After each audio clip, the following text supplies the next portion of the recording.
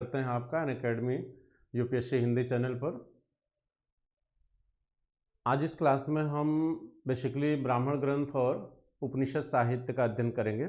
ठीक है, पिछले वीडियो में हमने आपके वेदों के बारे में चर्चा किया था। अभी इस वीडियो में इस क्लास में हम जो है ब्राह्मण ग्रंथ और उपनिषद साहित्य की चर्चा करेंगे, लेकिन उसके पहले थोड़ा सा हम अथर्ववेद की चर्चा करना चाहेंगे क्योंकि वहाँ से प्रश्न आता है। ठीक है, बाकी यजुर्वेद और सामवेद से कोई खास प्रश्न नहीं पूछे जाते हैं, वहाँ पे बहुत इंपॉर्टेंस नहीं है उसका। लेकिन क्लास को स्टार्ट करने से पहले जो है एक विद्यार्थी ने एक प्रश्न किया था जो है कि क्या वैदिक साहित्य सबसे प्राचीन साहित्य है। उन्होंने कमेंट किया था क्वेश्चन के रूप में, तो मैं उनको थोड़ा सा पहले उनके क्वेश्चन का आंसर कर दूं, फिर उसके बाद आगे बढ़ता हूं। बेटा, आपको जानकारी होगी इस बात का कि इंडस वैली जब आपने पढ़ा था तो इंडस वैली में लिपि के प्रमाण पाए गए थे। तो लिपि और भाषा दो चीजें होती हैं। भाषा जो होती है वो अभिव्यक्ति का माध्यम होती है और उसी भाषा को लिपि के माध्यम से क्या किया जाता है, लिपिबद्ध किया जाता है। तो इंडस वैली की लिपि पढ़ी नहीं जा सकी, ठीक, लेकिन इंडस वैली की समकालीन एक सभ्यता थी सुमेरियन सभ्यता। कहा जाता है कि सुमेरियन सभ्यता में सुमेरियन सभ्यता की लिपि को पढ़ा जा सका है।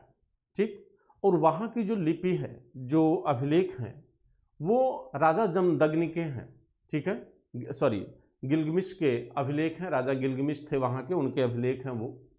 तो समस्या ये है कि साहित्य होता क्या है, क्या साहित्य अभिलेख से थोड़ा सा, लिपि से अलग है? हाँ, साहित्य जो होता है वो लिपि से थोड़ा डिफरेंट है। कहते हैं कि साहित्य जो होता है, साहित्य मुख्य रूप से आपकी भावनाओं के अभिव्यक्ति का एक माध्यम होता है। ठीक है, अब प्रश्न ये है कि भावनाएं कई तरीके से व्यक्त हो सकती हैं। आपकी भावनाएं नाटक के रूप में व्यक्त हो सकती हैं, आपकी भावनाएं कथा के रूप में व्यक्त हो सकती हैं, आपकी भावनाएं जो है कहानी के रूप में व्यक्त हो सकती हैं, विवेचना के रूप में व्यक्त हो सकती हैं। तो साहित्य जो होता है वो व्यक्ति के हर प्रकार के भावनाओं के अभिव्यक्ति को दर्शाता है। अगर आप ऋग्वेद को देखिए तो ऋग्वेद में हमने आपको कई तरह के संवादों का उल्लेख किया होगा। नाटक की परंपरा का प्रारंभ दिखाई देता है यहां से आपको जो है कहने का तात्पर्य है कि जैसे संवाद, नाटक, कहानी, आख्यान, ये सारी चीजें आपके इस वैदिक साहित्य में समाहित दिखाई देती हैं। तो साहित्य की परिभाषा आप कहीं भी पढ़ोगे तो वहां लिखा गया होता है कि साहित्य वह होता है जो व्यक्ति की भावनाओं को कहानी, विवेचना, आख्यान, संवाद, नाटक आदि के माध्यम से क्या करता है, व्यक्त करता है। ठीक, लेकिन इस तरह की चीजें हमें गिलगमिश के अभिलेख यानी सुमेरियन सभ्यता में दिखाई नहीं देता। वो किसी व्यक्तिगत राजा के राजनीतिक कार्यों का सिर्फ उल्लेख है। ठीक, इसीलिए ये कहा गया है कि वैदिक साहित्य जो है सबसे प्राचीनतम साहित्य माने जाते हैं। ठीक है, तो ये देखिए, आपने जो पूछा था और मुझे जो समझ में आया मैंने आपको बताया जो है। ठीक है, अब हम आगे बढ़ते हैं। देखिए, अभी तक आपने वेद पढ़ा, वेदों में ऋग्वेद हमने डिटेल से आपको पढ़ाया मित्र। ठीक, तो आज का जो टॉपिक है वो होगा आपका जो है ब्राह्मण साहित्य और वैदिक साहित्य। ठीक है, सभी लोग लाइव हो गए हैं?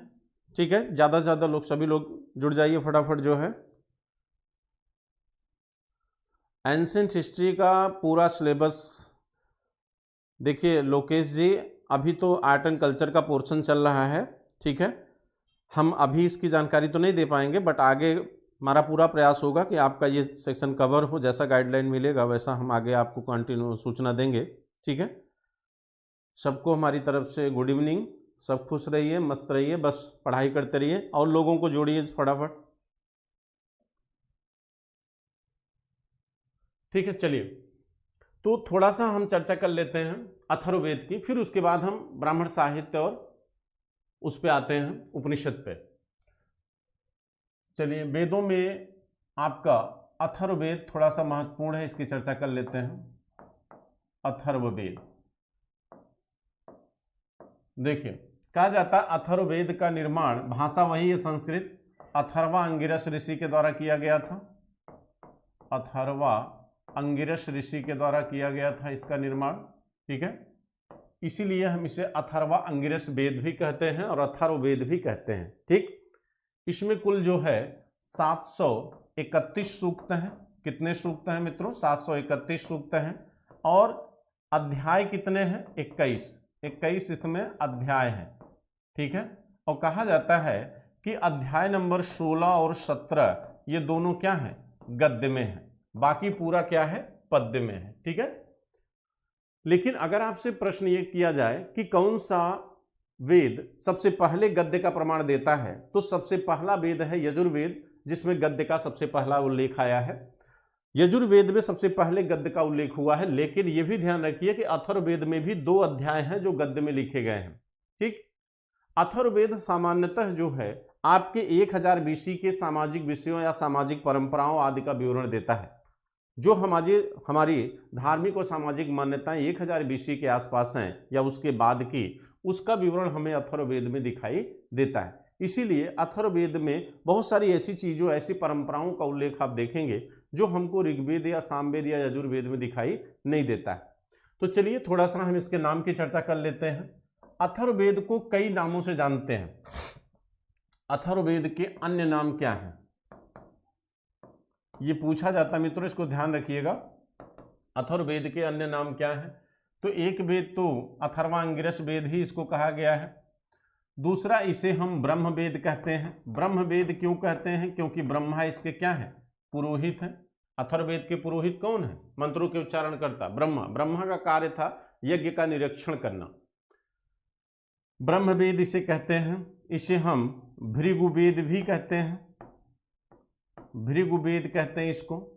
इसे हम भृंगारी वेद कहते हैं, भृंगारी वेद कहा जाता है। इसे भेषज वेद भी कहते हैं। भेषज माने चिकित्सक होता है, क्योंकि चिकित्सा पद्धति का उल्लेख यहाँ दिखाई देता है, तो इसे हम भेषज वेद भी कहते हैं। इसे हम मत वेद भी कहते हैं। इसे हम श्रेष्ठ वेद भी कहते हैं। तो ये नाम है जो किसके हैं?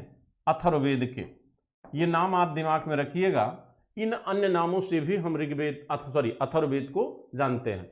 तो ब्रह्मवेद, भृगुवेद, भृंगारी वेद, भेषज वेद, मत वेद और श्रेष्ठ वेद, ये आपके अथर्ववेद के अन्य नाम हैं। ठीक है, अब हम देखते हैं कि अथर्ववेद में कौन सी ऐसी सामाजिक और धार्मिक मान्यताओं का उल्लेख हमें दिखाई देता है जो हमारे परीक्षा के पॉइंट ऑफ व्यू से इंपॉर्टेंट है मित्रों।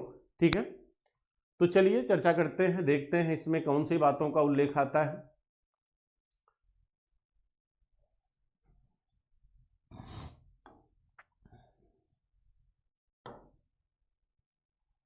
देखिए, अथर्ववेद में किन किन बातों की चर्चा की गई है।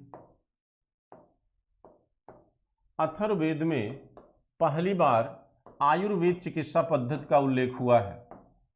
आयुर्वेद चिकित्सा पद्धति का उल्लेख हुआ है। आयुर्वेद चिकित्सा पद्धति का उल्लेख हुआ है। और आप जानते हैं कि श्वेत केतु पहले आयुर्वेदाचार्य माने गए हैं। श्वेत केतु पहले आयुर्वेदाचार्य हैं। श्वेत केतु पहले आयुर्वेदाचार्य माने जाते हैं। लेकिन अगर आपसे पूछा जाए कि भारतीय परंपराओं में या वैदिक साहित्य में उल्लिखित पहला चिकित्सक कौन है, तो पहले चिकित्सक मित्र थे अश्विन कुमार। अश्विन कुमार का उल्लेख ऋग्वेद में आता है। ऋग्वेद में ये कहा गया है कि स्त्रियां जो है युद्ध में भाग नहीं लेती थी। स्त्रियों को राजनैतिक और आर्थिक अधिकार छोड़ के समाज के हर दायित्व, हर अधिकार प्राप्त थे। ऋग्वैदिक समाज में कहा जाता है कि स्त्रियां राजनैतिक पार्टिसिपेशन नहीं करती थी, लेकिन एक स्त्री का उल्लेख आता है ऋग्वेद में, वो है विषमत्ता। कहते हैं विषमत्ता ने युद्ध में भाग लिया था। ये अपवाद है, एक्सेप्शनल है ये। विषमत्ता ने जब युद्ध में भाग लिया तो उसके पैर कट गए थे, उनको कृत्रिम पैर लगाया था अश्विन कुमार ने। तो कृत्रिम पैर अश्विन कुमार ने लगाया था, इसका मतलब अश्विन कुमार सर्जन रहे होंगे, चीरफाड़ वाले डॉक्टर। तो अश्विन कुमार आयुर्वेदाचार्य नहीं है, वो सर्जन है। वो पहले चिकित्सक हो सकते हैं, लेकिन पहले आयुर्वेदाचार्य नहीं हो सकते। पहले आयुर्वेदाचार्य कौन थे? श्वेत केतु थे। इसके बाद बहुत सारे आयुर्वेदाचार्य आपको दिखाई देंगे, चरक, धन्वंतरी, तमाम आपके बहुत सारे आयुर्वेदाचार्य आएंगे आगे। इसके बाद अथर्ववेद में किस चीज का उल्लेख होता है? अथर्ववेद में हमें अंग एवं मगध, आप जानते हैं ये दोनों महाजनपद हुआ करते थे 600 BC में, अंग एवं मगध। अंग एवं मगध को व्रात्य क्षेत्र कहा गया है। क्या कहा गया है? व्रात्य क्षेत्र कहा गया है। और अंग और मगध का पहली बार उल्लेख आपके अथर्ववेद में ही आता है। यहां व्रात्य क्षेत्र का मतलब निम्न कुल का क्षेत्र। ठीक, आप ये जानते हैं कि वैदिक सभ्यता का उदय जो है सप्तसिंधु क्षेत्र में होता है, जो भारत के उत्तर पश्चिम भूभाग में है। और कुछ ऐसी कथाएं अभी हम आपको ब्राह्मण ग्रंथ में बताएंगे जिससे आपको ये लगेगा कि नहीं, भारत में वैदिक संस्कृति का जो प्रसार है वो उत्तर पश्चिम क्षेत्र से मध्य गंगा घाटी की तरफ हुआ है। ठीक, एक कथा आती है प्रवण जयविल की कथा, उससे आपको मैं डिस्क्राइब करूंगा। लेकिन अंग एवं मगध को व्रात्य क्षेत्र कहने का तात्पर्य यहां यह है कि अभी तक यहां पर वैदिक संस्कृति का प्रभाव नहीं था, यानी वह क्षेत्र जो वैदिक संस्कृति के प्रभाव के अधीन नहीं था उसे व्रात्य क्षेत्र यानी निम्न कुल का क्षेत्र कहा गया है। आपसे पूछा जाता है कि अंग एवं मगध का पहली बार उल्लेख कहां आता है, तो अंग एवं मगध का पहली बार उल्लेख आपके अथर्ववेद में आता है। इसके अतिरिक्त गन्ने की फसल का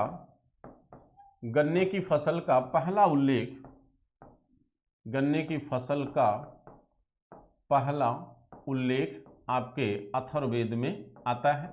ठीक, इसके साथ साथ फसल को टिड्डियों से बचाने, टिड्डी जानते हैं, एक कीड़ा होता है जो फसल की पत्तियों को चाट जाता है। फसल को टिड्डियों से बचाने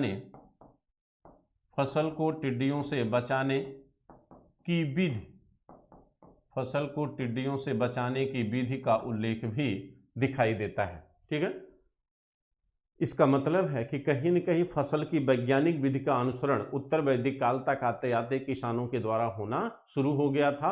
और वह किसान कौन है? आर्य है, क्योंकि वैदिक साहित्यों में आर्यों का ही उल्लेख मिलता है। ठीक, अब यहाँ पर वैज्ञानिक विधि दिखाई दे रही है खेती की। इसके अतिरिक्त जो है कहा जाता है कि मातृभूमि की संकल्पना अथर्ववेद में दिखाई दी है। मातृभूमि की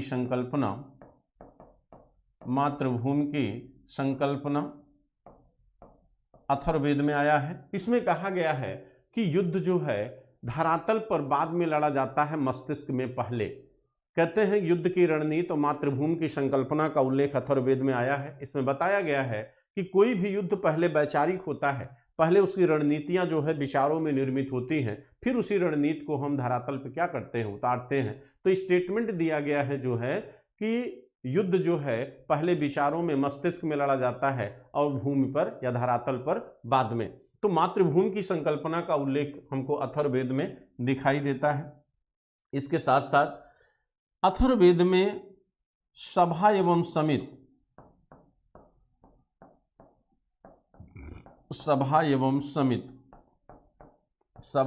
समिति को प्रजापति की दो पुत्रियां कहा गया है। मित्रों, यहां पुत्रियों से जोड़ने का तात्पर्य है कि सभा और समिति का महत्व क्या हुआ? उत्तर वैदिक काल में घट गया। ये वही सभा समिति है जो ऋग्वैदिक काल में सबसे महत्वपूर्ण स्थिति में थी। कहा जाता है कि ऋग्वेद में 4 समितियों का उल्लेख आता है, गण, विदत, सभा और समिति। ठीक, विदत सबसे प्राचीन समिति थी, सभा जो है कुलीन वर्गों की समूह था, और समिति जो है आम जनता का समूह थी। इसमें आम जनता सदस्य होती थी और समिति ही राजा का चुनाव करती थी। समिति क्या करती थी? राजा का चुनाव करती थी। इसका मतलब समिति पूरी पावर में थी ऋग्वैदिक काल में। ठीक, सभा का काम होता था न्याय करना, इसके सदस्यों को सभीय कहा गया है। महिलाएं भी इसकी सदस्य हुआ करती थी। उत्तर वैदिक काल तक आते आते चूंकि महिलाओं के अधिकार में गिरावट दर्ज की गई, देखा गया, इसीलिए सभा एवं समिति जो है अब ऋग्वैदिक काल में जो इनका महत्व था वो उत्तर वैदिक काल में क्या हुआ? कम हो गया। अब इनको प्रजापति की पुत्रियां बताया जा रहा है। इसका मतलब है कि इनका सामाजिक, आर्थिक और राजनीतिक अधिकार क्या हुआ? घट गया। ठीक, उत्तर वैदिक काल में।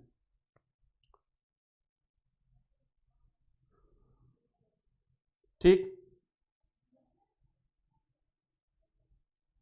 चलिए सबको हमारी तरफ से नमस्कार, बहुत अच्छा। चलिए और लोगों को जोड़िए आप लोग फटाफट थोड़ा सा। अब देखिए इसके अतिरिक्त जो है अथर्ववेद में और किन बातों की चर्चा की गई है। कहते हैं अथर्ववेद में हमें जादू टोना, भूत प्रेत, ताबीज आदि की संकल्पना दिखाई देती है। जादू टोना, भूत प्रेत, ताबीज ये हमारे अंधविश्वास से जुड़ी हुई चीजें हैं। यानी कहीं न कहीं उत्तर वैदिक काल में सामाजिक अंधविश्वास ने अपना स्थान क्या किया था, बना लिया था। और उत्तर वैदिक काल तक आते आते अंधविश्वास की परंपरा समाज में दिखाई देना शुरू हो गई थी। ठीक है, कहते हैं कि अथर्ववेद में ही पहली बार काशी का उल्लेख आया है। काशी का उल्लेख भी अथर्ववेद में हुआ है। काशी का उल्लेख भी अथर्ववेद में हुआ है।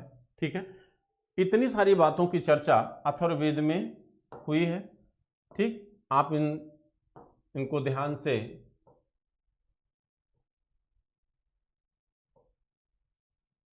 देख लीजिए। ठीक, और नोट करना हो तो नोट कर लीजिए। ठीक, अब इसके बाद हम बढ़ेंगे किधर, ब्राह्मण ग्रंथ की तरफ। सभी लोग या तो स्क्रीनशॉट ले लीजिए या तो नोट कर लीजिए इसको।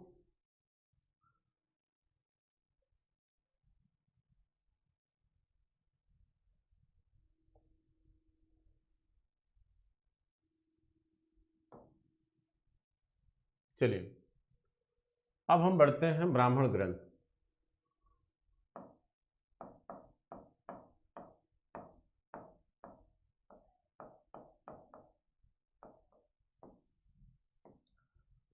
देखिए मित्रों, ब्राह्मण ग्रंथ जो है, ब्राह्मण ग्रंथ हैं क्या? पहली बात तो ये गद्य में है। ये किस में है? गद्य में है। गद्य साहित्य यहां से शुरू होता है पूरी तरह। और ब्राह्मण ग्रंथ भी वेदों के ही अंश हैं। वेदों को सरल रूप देने के लिए ब्राह्मण ग्रंथों का निर्माण किया गया है। यानी समाज के समझ के अनुकूल बनाने के लिए वेदों के जो भाष्य लिखा गया, जो उनका अनुवाद हुआ गद्य में, वही क्या है? ब्राह्मण ग्रंथ। और हर वेद का अपना अपना क्या है? ब्राह्मण ग्रंथ है। सभी वेदों के अपने अपने क्या है? ब्राह्मण ग्रंथ है। देखिए हर वेद का अपना ब्राह्मण ग्रंथ है। जैसे आपका ऋग्वेद, ऋग्वेद के 2 ब्राह्मण ग्रंथ हैं, ऐत्रेय और कौशितकी। ऐत्रेय ब्राह्मण ग्रंथ, ऐत्रेय ब्राह्मण ग्रंथ और कौशितकी ब्राह्मण ग्रंथ, कौशितकी ब्राह्मण ग्रंथ।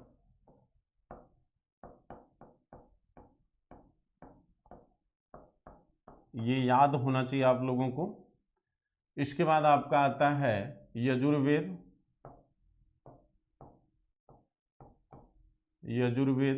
यजुर्वेद के भी 2 ब्राह्मण ग्रंथ हैं, शतपथ ब्राह्मण ग्रंथ, शतपथ ब्राह्मण ग्रंथ एवं तैत्तरीय ब्राह्मण ग्रंथ, तैत्तरीय ब्राह्मण ग्रंथ, शतपथ ब्राह्मण ग्रंथ एवं तैत्तरीय ब्राह्मण ग्रंथ। इसके बाद आपका आता है सामवेद।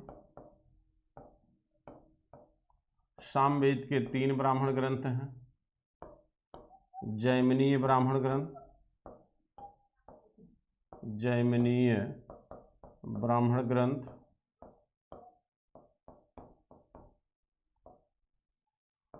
तांड्य ब्राह्मण ग्रंथ, तांड्य ब्राह्मण ग्रंथ और तांड्य ब्राह्मण ग्रंथ और अद्भुत ब्राह्मण ग्रंथ, अद्भुत ब्राह्मण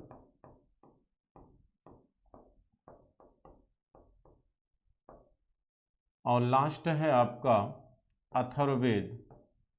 अथर्ववेद का एक ब्राह्मण ग्रंथ है, वो है गोपथ। अथर्ववेद का एक ब्राह्मण ग्रंथ है और वो है गोपथ ब्राह्मण ग्रंथ। ठीक है, आप सभी लोग इस ग्राफ को बनाइए फटाफट।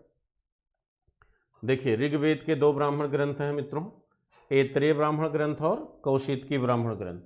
यजुर्वेद के 2 हैं, शतपथ ब्राह्मण ग्रंथ और तैत्तिरीय ब्राह्मण ग्रंथ। ठीक।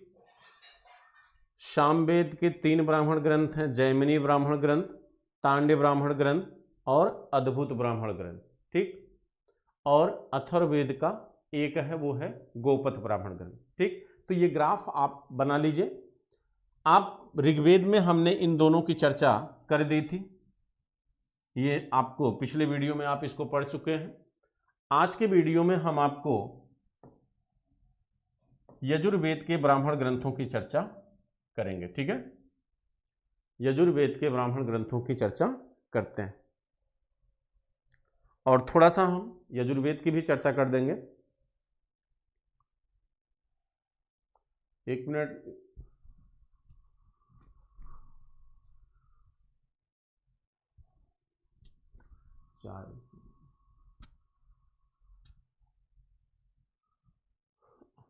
चलिए।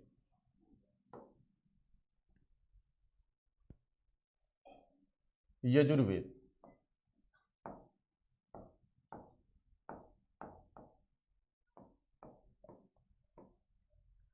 देखिए थोड़ी सी चर्चा हम यजुर्वेद की भी कर दे रहे हैं। ठीक है, ग्राफ को पूरा आप लोग बनाते चलिए। पूरा हेलो हाय बाद में करिएगा, आप लोग पहले इस ग्राफ को बनाइए फटाफट।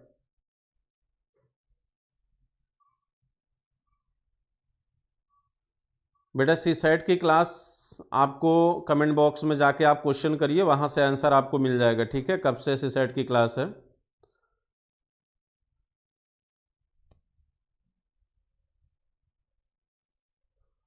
सबको सबको हमारा नमस्कार है, सबको हमारा प्रेम है। आप लोग सबको जोड़े रखिए बस। चलिए देखिए, यजुर्वेद यजुध हाथ से बना है। यजु माने होता है यज्ञ।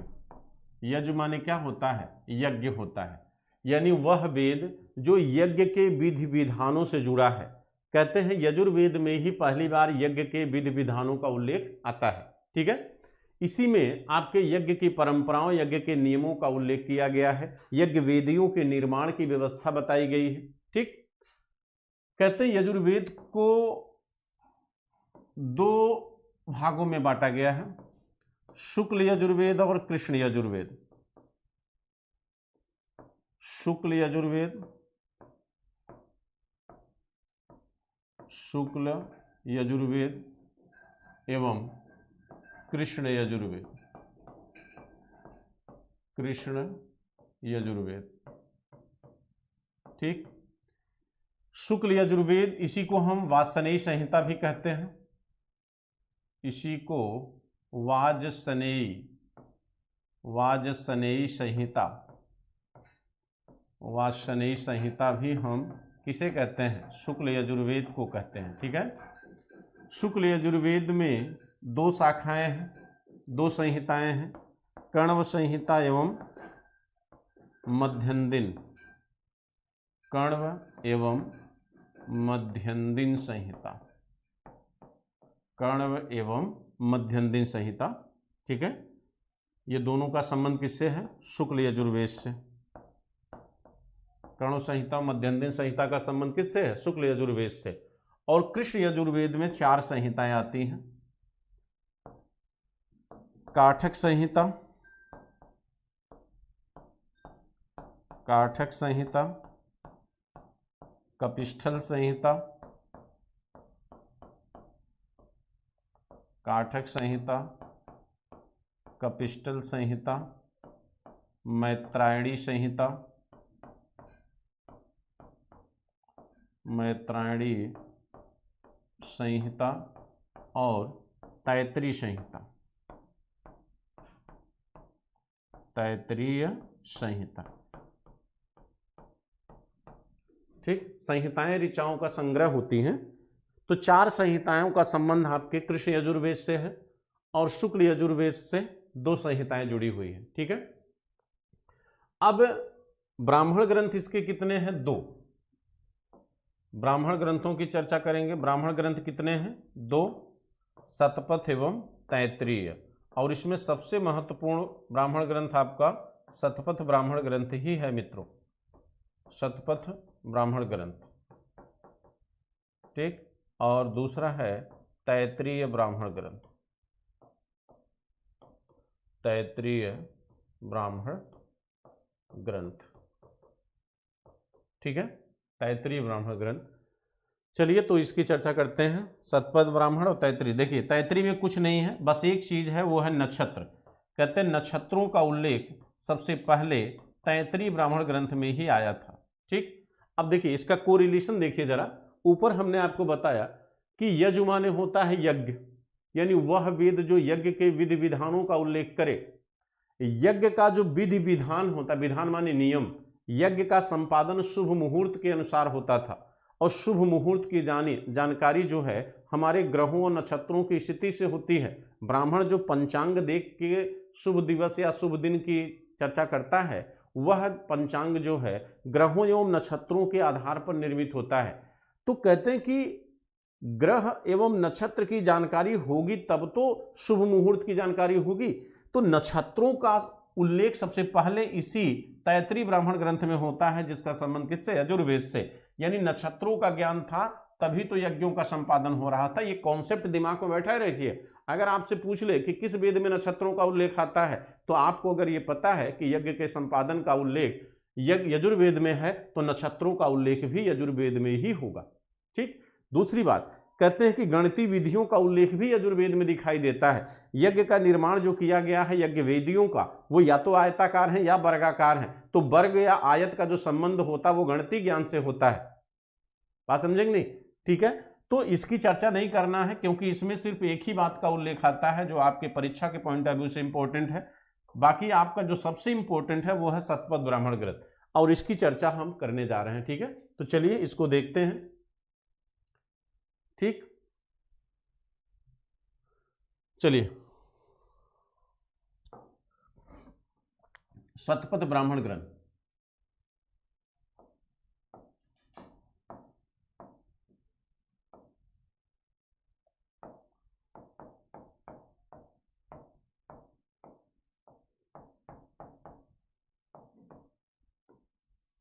शतपथ ब्राह्मण ग्रंथ, ठीक है। देखिए कहते हैं शतपथ ब्राह्मण ग्रंथ, इसके रचनाकार कौन माने जाते हैं? याज्ञवल्क्य। इसके रचनाकार कौन है? याज्ञवल्क्य। याज्ञवल्क्य ऋषि को इनके रचनाकार माना गया है। ठीक है, शतपथ ब्राह्मण के अन्य नाम क्या है? इसका अन्य नाम क्या है? इसे हम लघु वेद कहते हैं। इसे हम लघु वेद भी कहा जाता है। ठीक, लघु वेद इसलिए कहा जाता है क्योंकि समाज की बहुत सारी परंपराओं और नियमों का उल्लेख आपके शतपथ ब्राह्मण ग्रंथ में आया है। ठीक है, यानी बहुत बृहद स्तर पर हमें इस शतपथ ब्राह्मण ग्रंथ से तत्कालीन समाज की परंपराओं और नियमों की जानकारी प्राप्त होती है। इसीलिए इसको हम लघु वेद की संज्ञा देते हैं। इसे ऐतिहासिक वेद भी कहा गया। इसका एक अन्य नाम है ऐतिहासिक वेद।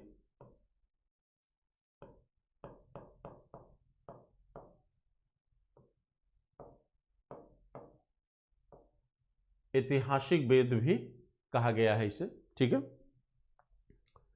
अब हम देखते हैं कि भाई शतपथ ब्राह्मण ग्रंथ में किन बातों की चर्चा की गई है, या इस साहित्य से हमें कौन सी जानकारी उस समय की प्राप्त होती है। ठीक है, चलिए देखते हैं। लेकिन एक बात आप ध्यान रखिएगा कि इससे जो जानकारी हमें प्राप्त होगी वो कब की है? उत्तर वैदिक काल की है। और इससे पहले हम थोड़ा सा आपको बता दें कि उत्तर वैदिक काल की जो राजनीतिक संरचना, आर्थिक संरचना कैसी है। कहते हैं उत्तर वैदिक काल में आर्यों ने भी कृषि व्यवसाय को अपना लिया था, जिससे उत्पादन अधिशेष में बदल चुका था। अधिशेष उत्पादन में उत्पादन का अधिशेष होने से विनिमय का जन्म हुआ था, यानी लेन देन का। विनिमय से व्यापार का जन्म हुआ, ठीक। और व्यापार ने देखिएगा 600 BC तक आते आते द्वितीय नगरीकरण को जन्म दिया, यानी कहीं न कहीं अतिरिक्त उत्पादन ने संपत्ति की संकल्पना को जन्म दे दिया था, जिससे कहीं न कहीं एक सामाजिक संघर्ष, एक सामाजिक माने प्रतिस्पर्धा आपको दिखाई देना शुरू हो जाएगी। और यह संपत्ति जो है उस समय के समाज पर अपने कौन से राजनैतिक, सामाजिक, आर्थिक इफेक्ट डाल रही थी, वह कहीं न कहीं आपको यहां से दिखाई देना शुरू हो जाता है। शतपथ ब्राह्मण इसी संदर्भ में लघु वेद कहा गया है, क्योंकि यह समाज की पूरी प्रक्रिया आपके सामने खोल कर रख देती है। कहा जाता है साहित्य समाज का दर्पण होता है, तो आप उसी सेंस में इसको देख सकते हैं। यह समाज की हर चीज को आपको दिखाएगा, ठीक है। चलिए, कहा जाता है कि शतपथ ब्राह्मण ग्रंथ में जल प्लावन की कथा का उल्लेख आता है। एक एक पॉइंट समझिएगा, इसमें जल प्लावन की कथा का उल्लेख है। ये जल प्लावन की कथा क्या है? कहा जाता है कि जल प्लावन की कथा ये बताया गया है, जल प्लावन की कथा में ये बताया गया है कि जब पृथ्वी डूब रही थी तो पृथ्वी के डूबते समय मनु और श्रद्धा दो ही लोग बचे हुए थे, और मनु और श्रद्धा की नाव को बचाने के लिए भगवान कृष्ण ने मत्स्य अवतार ग्रहण किया और उनकी नौका को क्या किया? किनारे लगाया, ताकि पुनः सृष्टि का निर्माण हो सके।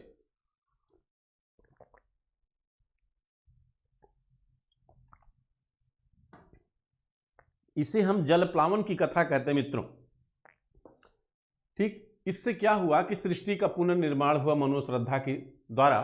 तो इस कथा को क्या कहा गया? जल प्लावन। जैसे अभी मैं बता रहा था कि साहित्य में कथा भी होती है, तो देखिए यहां पर कथा आपके सामने आई है, ठीक है। इसके बाद एक कथा और है, वो कथा है विदेथ माधव की कथा। विदेथ माधव की कथा, विदेथ माधव की कथा। इस कथा में क्या कहा गया है? विदेथ माधव की कथा में यह बताया गया है, कहा जाता है कि विदेथ माधव ये अग्नि को अपने मुंह, देखिए आप लोग पहले तो ये बना लीजिए, जो कथाएं हम बता रहे हैं वो कथाएं व्यवहारिक सत्य नहीं है, क्योंकि धार्मिक जो साहित्य है हमारा, उसका सत्य से 100% संबंध नहीं है, क्योंकि ये काल्पनिक है। इसीलिए आपके धार्मिक साहित्यों को ऐतिहासिक साहित्य नहीं माना जाता, क्योंकि ये इतिहास लेखन की हर परंपरा को पूरा नहीं करते। इसलिए इन घटनाओं को, जिन घटनाओं की चर्चा मैं कर रहा हूं, आप इसे वास्तविक मत मानिएगा, ये काल्पनिक है, ये धार्मिक ग्रंथ हैं, और धार्मिक ग्रंथों में कल्पना के लिए बहुत स्थान है। विदेथ माधव की कथा में यह कहा गया कि इन्होंने अग्नि को मुंह में धारण कर रखा था। अब आप कल्पना करिए, अग्नि को मुंह में धारण कर लोगे आप। अब सर्कस में आप काम करो तो सर्कस में दिखता है कुछ ऐसा, लेकिन सामान्य जीवन में यह संभव तो नहीं है। लेकिन कहा जाता है कि इन्होंने अग्नि को मुंह में धारण कर रखा था, और जब घृत का उच्चारण किया, घृत माने घी, जब आप घृत का उच्चारण करोगे तो आपकी जिह्वा जो है वो आपके तलवा से टच करती है, और जब घृत का उच्चारण किया तो अग्नि मुंह से बाहर गिर गई। और अग्नि जो है पूरब से, सॉरी पश्चिम, चूंकि ऋग्वैदिक सभ्यता पश्चिम में है, उत्तर पश्चिम क्षेत्र में, वहां से सब कुछ जलाते हुए ये किधर चली? पूरब की तरफ। पूरब माने पश्चिम बंगाल की तरफ, ठीक। कहते हैं लेकिन अग्नि जो है सदानीरा नदी को जला नहीं पाई। सदानीरा माने गंडक, जो बिहार में बहती है, और वहां पर यह अग्नि जाके रुक जाती है। विदेथ माधव पीछे पीछे लगे हुए थे। उन्होंने पूछा कि आपने तो सब कुछ नष्ट कर दिया, अब हमारा वास कहां होगा, यानी हम लोग रहेंगे कहां? तो कहा जाता है कि अग्नि ने कहा इसके पूरब, यानी सदानीरा के पूरब। इस घटना से हमें आर्यों की भौगोलिक विस्थापन की जानकारी प्राप्त होती है। इस घटना से यह पता चलता है कि उत्तर वैदिक काल तक आते आते ऋग्वैदिक संस्कृति का जो प्रसार है वो आपकी गंडक नदी यानी बिहार तक, यानी मध्य गंगा घाटी तक हो चुका था, ठीक है। इससे हमको यह पता चलता है। दूसरा, अथर्ववेद भी इसी का समकालीन है। अथर्ववेद में भी अंग और मगध का उल्लेख आया है। उससे भी यह पता चलता है कि अब वैदिक कालीन लोग धीरे धीरे इन क्षेत्रों से परिचित होना शुरू हो चुके थे, ठीक है। विदेथ माधव की कथा समझ में आ गई होगी आपके। इसके बाद कहा जाता है एक कथा और है, दुष्यंत एवं भरत कथा, जिसको आप बहुत अच्छी तरह जानते हैं। दुष्यंत एवं भरत कथा, दुष्यंत एवं भरत कथा।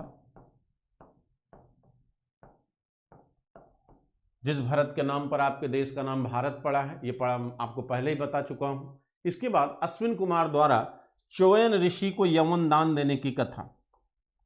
अश्विन कुमार द्वारा चोयन ऋषि, ये आईएएस में प्रश्न आ चुका है चोयन ऋषि का, चोयन ऋषि को यौवन दान देने की कथा।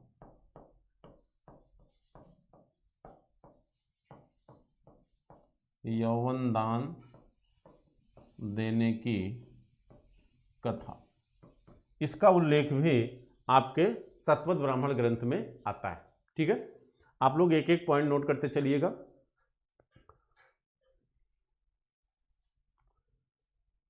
अब देखते हैं, देखिए ये कथाएं हैं जिनका उल्लेख आपके इस शतपथ ब्राह्मण ग्रंथ में आया है।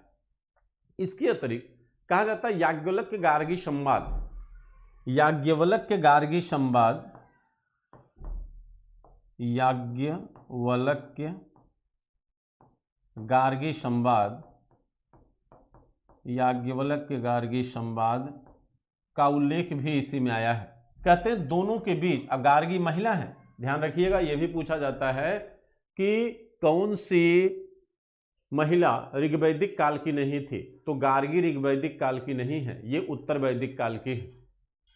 ठीक है, गार्गी और मैत्रेयी दोनों को याद रखिएगा, गार्गी और मैत्रेयी दोनों उत्तर वैदिक काल के हैं।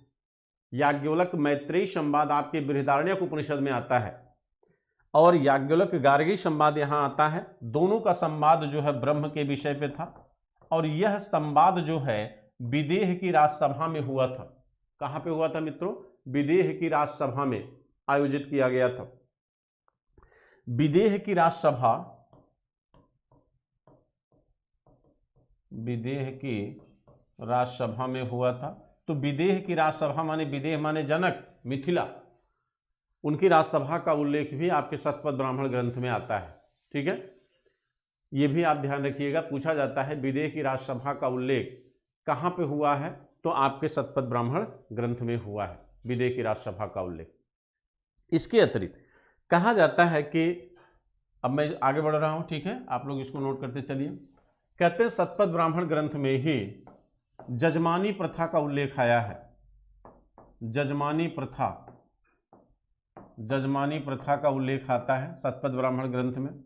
जजमानी प्रथा को आप जानते होंगे, कहते हैं कि जैसे आज भी गांव में आप किसान गेहूं काटता है तो अपने उत्पादन का एक हिस्सा अपने से जुड़े हुए जो धोबी, नाई, कुम्हार, बढ़ई होते हैं उनको देता है। ठीक, तो एक कहीं न कहीं एक निर्भरता एक दूसरे पर थी इस परंपरा के द्वारा। तो जो वर्तमान में ये परंपरा है जिसे जजमानी परंपरा आप कहते हो, जजमानी प्रथा, उसका सबसे पहला उदाहरण हमको दिखाई देता है कहाँ पे? शतपथ ब्राह्मण ग्रंथ में। ठीक है, शतपथ ब्राह्मण ग्रंथ में जजमानी परंपरा कहीं न कहीं उत्पादन प्रक्रिया से जुड़ी है। तो इसका मतलब है कि उत्पादन प्रक्रिया का उल्लेख भी शतपथ ब्राह्मण ग्रंथ में आया होगा। उत्पादन प्रक्रिया का उल्लेख भी शतपथ ब्राह्मण ग्रंथ में दिखाई देता है। लेकिन कहा जाता है कि उत्पादन प्रक्रिया से उत्तर वैदिक काल के लोग पूरी तरह क्या थे? परिचित हो चुके थे। और यहाँ पर कटाई, बुआई, पहले बुआई होता है, फिर सिंचाई होता है, फिर कटाई होता है, फिर मड़ाई होता है। ये जो फसल चक्र है, जो फसल की परंपरा है, ये हमें शतपथ ब्राह्मण ग्रंथ में दिखाई देती है। ठीक, कहते हैं शतपथ ब्राह्मण ग्रंथ में इसके अतिरिक्त क्या दिखता है? जैसे इसको आप कह सकते हैं फसल विधि, फसल विधि, फसल विधि, फसल विधि में आप क्या लिखेंगे? फसल विधि में बुआई, सिंचाई, कटाई और मड़ाई, ये हमको दिखाई देता है। ठीक है, तो इसका मतलब फसल चक्र की संकल्पना से इस काल के लोग पूरी तरह क्या थे? परिचित हो चुके थे। ठीक है, अब देखिए, कहते हैं उत्तर वैदिक काल में हमें कौन सी सामाजिक परंपराओं का प्रमाण मिलता है? कौन सी ऐसी सामाजिक प्रक्रिया है जिसके आधार पर हमें यह पता चलता है कि उत्तर वैदिक काल में सामाजिक विभाजन होना शुरू हो गया? पहले उत्तर कहा जाता है कि शतपथ ब्राह्मण ग्रंथ में पहली बार शतपथ ब्राह्मण ग्रंथ में पहली बार वर्णक्रम में जो है परिवर्तन दिखता है। जो आपका वर्णक्रम है, वर्णक्रम क्या था भाई? वर्ण व्यवस्था की उत्पत्ति हमने आपको बताया था ना, ऋग्वेद के पुरुष सूक्त में हुआ है। आदि ब्रह्मा के मुख से चारों वर्णों की उत्पत्ति बताई गई थी। यहां पर वर्णक्रम बदल गया है। कहते हैं यहां पर वर्णों में सबसे श्रेष्ठ वर्ण किसे दिखाया गया? क्षत्रिय। ब्राह्मण उसके नीचे आ गया है, ठीक, और वैश्य तीसरे स्थान पर है और शूद्र तीसरे स्थान पर है। अब आप देखिए, कहा जाता है कि जो वर्णक्रम है उसमें ब्राह्मण पहले स्थान पर होता है, यानी सामाजिक रूप से ब्राह्मण को सबसे श्रेष्ठ वर्ण माना गया है। लेकिन शतपथ ब्राह्मण वैदिक साहित्य में पहला साहित्य है जो कहीं न कहीं क्षत्रिय वर्ण को श्रेष्ठ वर्ण के रूप में रख रहा है। इसका मतलब हुआ कि जो संपत्ति पैदा हुई, जिस संपत्ति की संकल्पना ने जन्म लिया, उसको लेकर ब्राह्मण और क्षत्रिय वर्ग के बीच एक वर्चस्व का संघर्ष दिखाई देता है। कहते हैं कि इसका समाधान जो है विदेह की राजसभा में हुआ था और वहां पर ब्राह्मणों को सामाजिक सम्मान दे दिया गया और क्षत्रिय को राजकोष का अधिकार दे दिया गया, यानी धन पर अधिकार क्षत्रिय को दे दिया गया और ब्राह्मण को सामाजिक सम्मान दे दिया गया। लेकिन कहा जाता है ये जो सामाजिक संघर्ष यहां पर दिख रहा है, इसका प्रमाण न केवल शतपथ ब्राह्मण से बल्कि आने वाले जैन और बौद्ध साहित्य में भी दिखाई देता है। जैन और बौद्ध साहित्य मित्रों आप देखेंगे वहां भी क्षत्रिय वर्ण सबसे ऊपर दिखाई देगा, लेकिन वहां आपके पास कहने का एक आधार है। आधार ये है क्योंकि बौद्ध और जैन धर्म का जो उदय है, जो प्रवर्तक हैं इसके, वो दोनों क्षत्रिय कुल में जन्म लिए थे, इसलिए उन्होंने अपने कुल, अपने वंश, अपनी जाति को, अपने वर्ण को क्या किया? ऊपर रखा। लेकिन ये सच्चाई है कि उत्तर वैदिक काल में 600 BC तक आते आते एक वर्चस्व दिख रहा है। वर्चस्व केवल यही नहीं दिख रहा है, वर्चस्व जो है ज्ञान पर भी दिख रहा है। कहते हैं ब्राह्मण जो है, ब्रह्म माने ज्ञान, ब्राह्मण जो है ज्ञान का पुरोधा था, लेकिन उत्तर वैदिक काल तक आते आते क्षत्रियों ने भी ज्ञान पर अधिकार करना शुरू कर दिया था, क्योंकि जो ब्राह्मण था इसने पुरोहित का पद प्राप्त किया था मित्रों, और पुरोहित की सलाह पर ही राजा यज्ञ करता था। जो यज्ञ आपके ऋग्वैदिक काल में केवल आपको राजसूर्य, वाजपेयी, अश्वमेध यज्ञ दिख रहे थे, वही उत्तर वैदिक काल में आके सौत्रायमणी, अग्निष्टोम, पुरुषमेध, सोम यज्ञ जैसे बहुत सारे कर्मकांडी यज्ञों का संपादन होने लगा था, जिसमें बड़े स्तर पर जानवरों की बलि दी जा रही थी। पुरुषमेध यज्ञ में तो मानव बलि दी जाने लगी थी। कहा जाता है कि जिस यज्ञ के नाम पर क्षत्रिय को ब्राह्मण जो है बेवकूफ बना रहा था, यानी कहकर कि भाई क्षत्रिय की मनोकामना को उस यज्ञ के माध्यम से वह ईश्वर तक ले जाने की बात करता था, उत्तर वैदिक काल तक आते आते बहुत सारे ऐसे क्षत्रिय राजा आपको दिखाई देंगे जिन्होंने इस बात पर सोचना शुरू कर दिया कि क्या वास्तव में वह ब्रह्म या ईश्वर है जिसके पास हमारी मनोकामना जा रही है? क्या वास्तव में यह अग्नि देवता यज्ञ के माध्यम से हमारी मनोकामना को इस ईश्वर तक ले जा रहे हैं? कहते मित्रों, जब क्षत्रियों ने इस बात को जानने का प्रयास करना शुरू किया तो यहीं से आपके उपनिषदी ज्ञान यानी दार्शनिक ज्ञान का जन्म होता है। दार्शनिक ज्ञान का संबंध जो है वो तार्किक ज्ञान से होता है, और तर्क जहां जितना मजबूत होता है, आस्था वहां उतनी क्या होती है? कमजोर होती चली जाती है। तो यहां पर अगर आप देखेंगे, अभी आपको उपनिषद में हम दिखाएंगे कि कौन कौन से क्षत्रिय राजा हैं। कुरु के राजा उद्दालकरुणी हैं, पांचाल के राजा प्रहमण जयविल हैं, काशी के राजा जन्मेजय अजातशत्रु हैं। बहुत सारे ऐसे राजा हैं जो उत्तर वैदिक काल के हैं और उन्होंने कहीं न कहीं दार्शनिक ज्ञान पर अपने अधिकार को कायम किया था। ठीक है,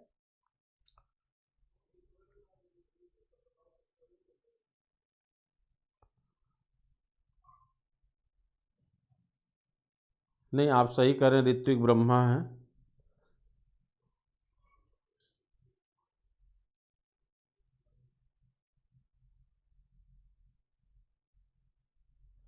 चलिए ठीक, जुड़े रहिए आप सभी जो हैं।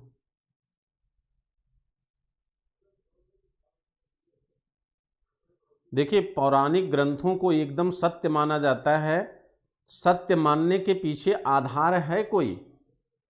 बेटा आप लोग पढ़े लिखे हो, आप लोग ऐसी बातें न करो, ठीक है। जो हमारे पौराणिक ग्रंथ हैं वो पूरी तरह से सच नहीं है। हम आज तक यही नहीं सिद्ध कर पाए कि ईश्वर है कि नहीं है। देखिए, हमने यहां पर बताया कि वर्णक्रम बदला हुआ दिख रहा है। एक कहीं न कहीं एक संघर्ष हमको दिख रहा है ब्राह्मण और क्षत्रिय के बीच।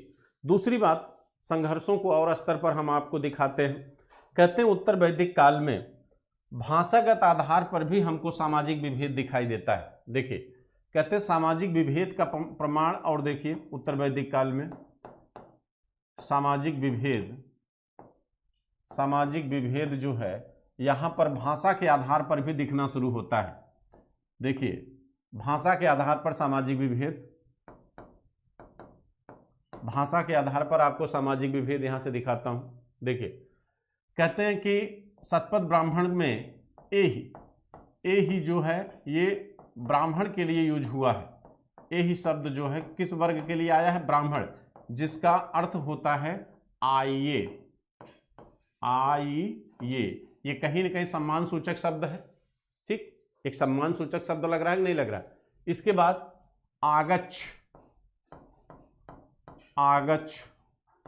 आगच्छ मतलब होता है, ये क्षत्रिय वर्ग के लिए आया है, इसका अर्थ होता आओ। ये थोड़ा सा कम सम्मान सूचक है ऊपर वाले से। तीसरा है आद्रव। आद्रव वैश्य वर्ग के लिए आया है। किसके लिए आया है? वैश्य वर्ग के लिए आया है, और इसका अर्थ होता है जल्दी आओ। ये और कम सम्मान सूचक है, जल्दी आओ। और चौथा है आधाव।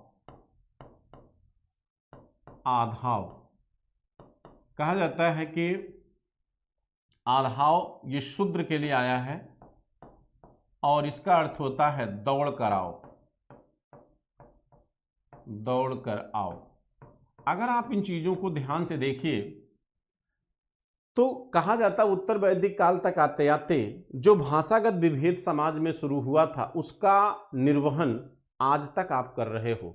आप जब किसी निम्न कुल के व्यक्ति को बुलाते हो तो आपके बुलाने का टोन डिफरेंट होता है, लेकिन जब आप किसी ब्राह्मण को या क्षत्रिय को बुलाते हो तो आपके बुलाने का टोन अलग होता है। ये जो सामाजिक विभेद आपको दिख रहा है ये सबसे पहली बार हमें शतपथ ब्राह्मण में दिख रहा है। और सच बताऊं, अगर संपत्ति की संकल्पना ने जन्म न लिया होता तो ये सामाजिक विभेद, जो ऊंच नीच का भेदभाव, अमीर गरीब का भेदभाव, स्त्री पुरुष का जो भेदभाव है, ये शायद न होता। समाज समता मूलक होता, जैसा ऋग्वैदिक समाज था, जब संपत्ति नहीं थी, जब समाज कबीलाई था, कोई संपत्ति नहीं थी, तो महिला पुरुष सब क्या थे? एक समान थे, सभी आर्य और सिर्फ अनार्य थे। काले गोरे का भेद था, काले गोरे का भेद था। ठीक, जैसे आज अगर आप देखिए अमेरिका में, तो अमेरिका में भी काले गोरे का ही भेद है। वहां क्षत्रिय ब्राह्मण वैश्य शूद्र ठाकुर पंडित हरिजन यादव ये सब संकल्पना आपको दिखाई नहीं देगी। वहां हिंदू मुस्लिम दिखाई नहीं देगा, ये विभेद आपको दिखाई दे रहा है। इसके बाद कहते हैं दफनाने के आधार पर भी अंतर दिखने लगा। दफनाने के लिए कहा गया कि सभी चारों वर्णों के लिए अलग अलग टीले होने चाहिए, एक साथ नहीं दफनाए जा सकते आप। ब्राह्मण के लिए अलग टीला होना चाहिए, शूद्र के लिए अलग होना चाहिए, वैश्य के लिए अलग होना चाहिए, क्षत्रिय के लिए अलग होना चाहिए। यानी मरने के बाद भी अंतर होगा, मरने के बाद भी अंतर होगा। कहते हैं कि शतपथ ब्राह्मण में अनश्य बलकृत शब्द आया है। अनश्य बलकृत शब्द आया है किसके लिए? वैश्य के लिए।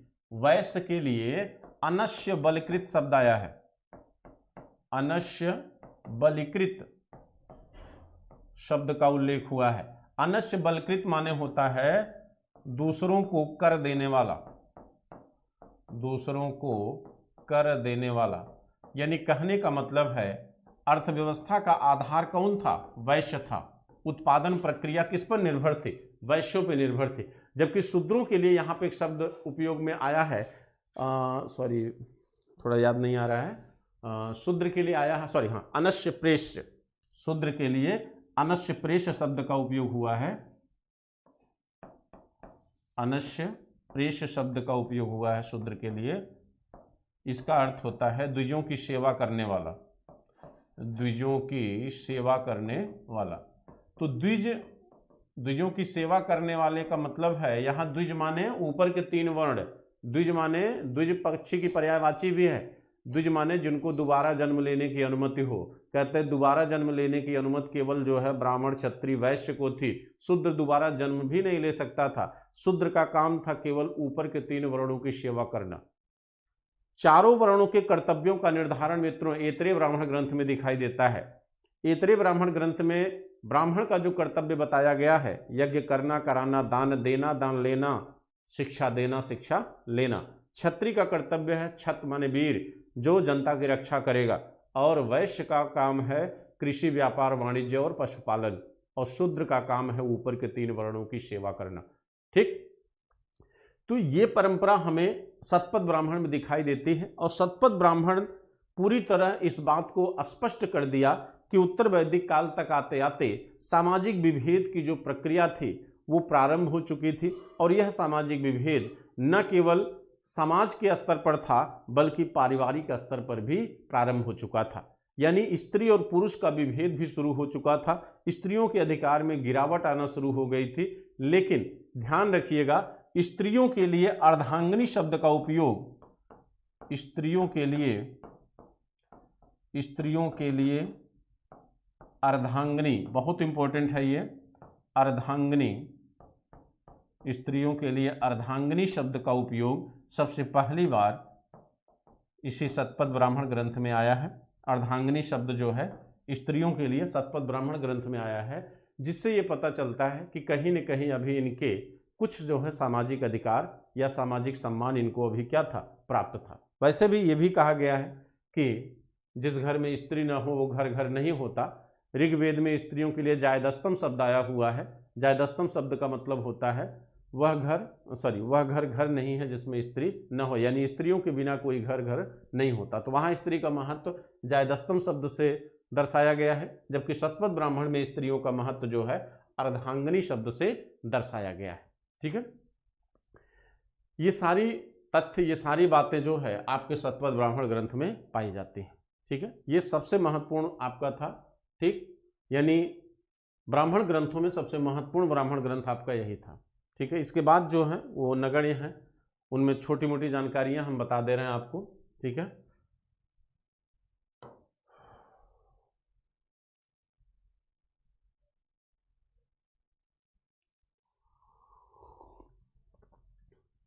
देखिए अगला है आपका सामवेद। इसका ग्राफ बनाइए आप लोग। सामवेद के 3 ब्राह्मण ग्रंथ हैं।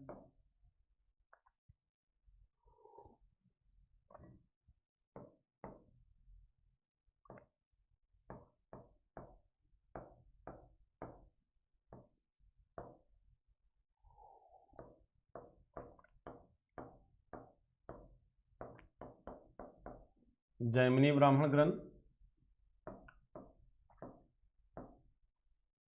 तांड्य ब्राह्मण ग्रंथ,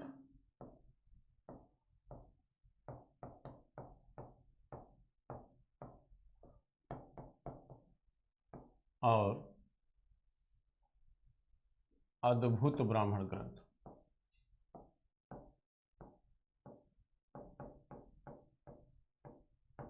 अद्भुत ब्राह्मण ग्रंथ। ठीक है, कहते हैं तांड्य ब्राह्मण ग्रंथ को ही पंचविश ब्राह्मण ग्रंथ भी कहा गया। इसे हम पंचविश ब्राह्मण ग्रंथ भी कहते हैं। इसे पंचविश ब्राह्मण ग्रंथ भी कहा जाता है। और अद्भुत ब्राह्मण ग्रंथ को खडविश ब्राह्मण ग्रंथ कहा गया है। खडविश ब्राह्मण ग्रंथ।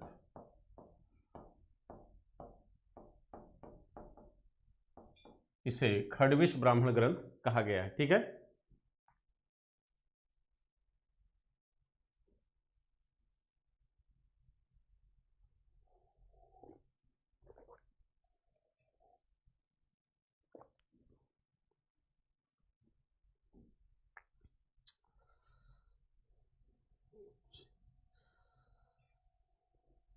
मैंने पहले भी आप लोगों को कहा है, जो भी क्वेश्चन आपको करना है आप जाके कमेंट बॉक्स में क्वेश्चन करिए, हम आपके क्वेश्चन का आंसर जरूर करेंगे। ठीक है,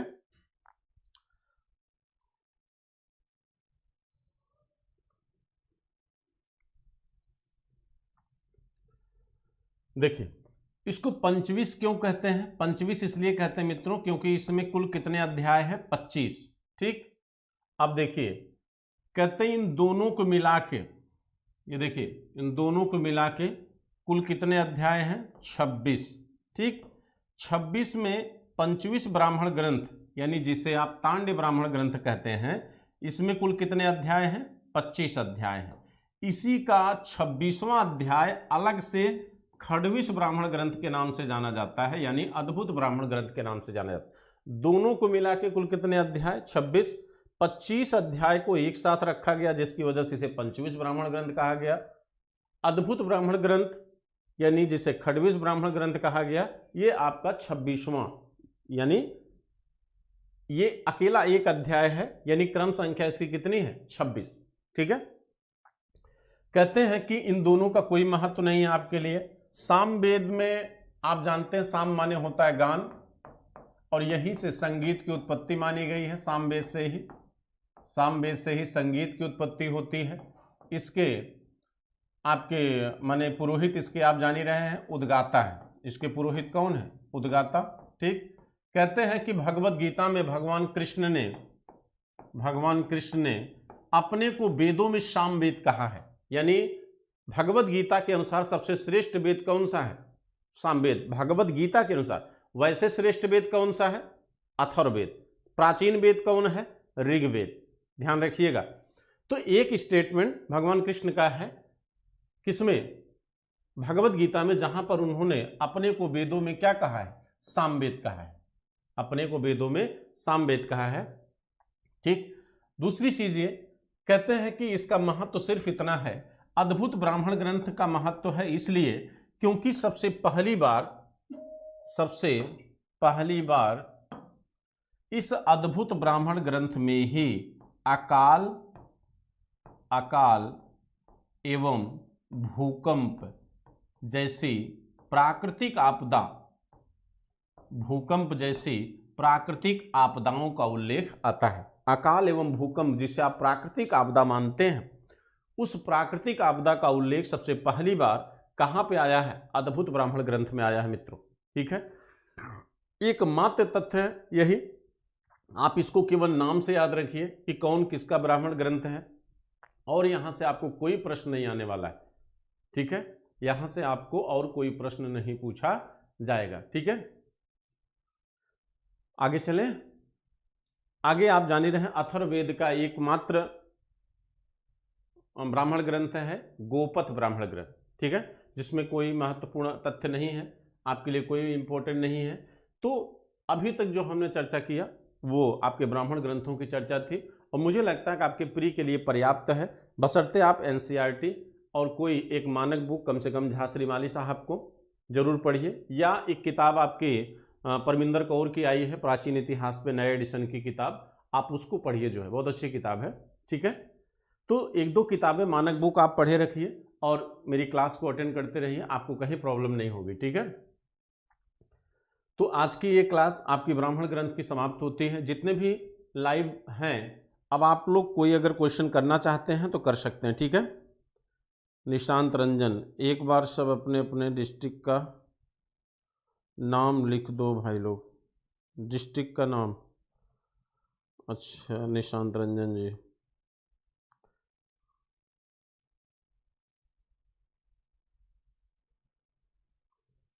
ठीक, कोई क्वेश्चन नहीं किसी का? किसी का कोई प्रश्न है?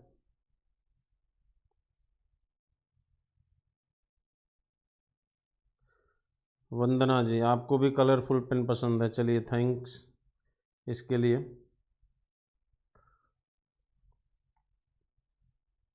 किसी का कोई क्वेश्चन हो तो बताएं, अदरवाइज क्लास ऑफ करें।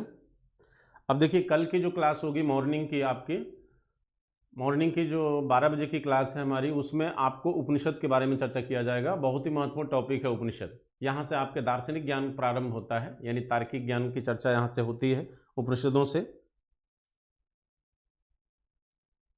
ठीक, नहीं गौतम कुमार मिश्रा जी, जो आप कह रहे हैं कि एक पर ब्राह्मण समाज, वो सही है, वो मैं भी जानता हूँ कि ब्राह्मण ही नंबर 1 पे है, क्षत्रिय नंबर 2, वैश्य नंबर 3, लेकिन जो हमने अब बिताया है आप उसको समझ गए होंगे अब। ठीक है, चलिए सबको हमारी तरफ से बहुत सारा प्रेम, गुड नाइट। ठीक है, फिर मिलते हैं कल। जय हिंद, जय भारत।